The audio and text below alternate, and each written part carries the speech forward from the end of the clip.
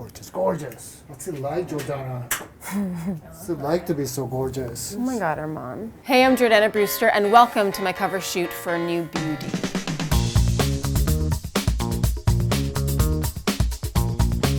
The only thing I love more than a good boomerang, if you follow me on Instagram, is a really good time lapse. And there's nothing more fun than makeup time lapses. Exactly. You're gonna see the whole process going really fast. And we're gonna start off with what we usually do, right? Yeah, we're gonna moisturize the skin. To get a really great glow, you need to have like really beautiful moisturized skin, great products. We're gonna show you step by step how to get it. Let's get started.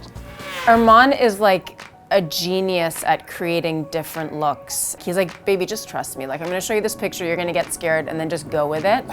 You did that with like the blue turquoise eyeliner. Shadow, yes.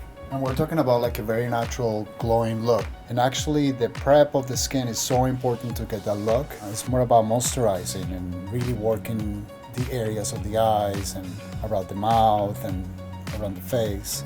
Most of the time I avoid the toners and the astringents. I go directly to the serum, and depending on what that kind of a serum I'm using, I still use a good moisturizer. Okay, so and then I will leave the face like this for a few minutes for all the products to sink in, and then we start with the makeup. So now we are done with our skincare look, and that was super fun. And now we get to have some fun with makeup, right, Armand? What are we gonna start with? Lashes? Lashes? We'll do lashes. So, did you say lashes? Yeah, we're gonna do lashes. Oh, okay. We're gonna layer a bunch of lashes. Yeah, sure. I love starting the makeup just with the eyebrows. Some people start with like foundation. I like starting from the inside out because it gives me an idea where I want to go with the makeup. I like framing the eyebrow with a concealer as well, so I go right below the eyebrow line. Okay, so I want to go for like a monochromatic look, but with a little bit of bronze, a little bit of color, and definitely a few individual lashes. How do you do sparkles when as you get older without it getting crepey? Is there a trick? That doesn't necessarily have to happen if you're older. It just depends on the texture, the sparkle. So if it's a little bit more creamy, it stays more on the skin. Okay. If it's loose, it just moves. So we'll go for like the creamy kind.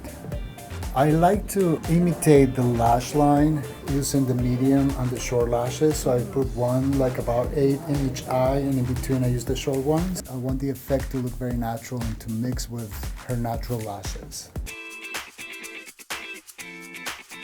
I usually mix between 2 colors, lightest one and darkest one, so you go in the middle. And we only apply it in certain areas. I don't go close to the eyes with it.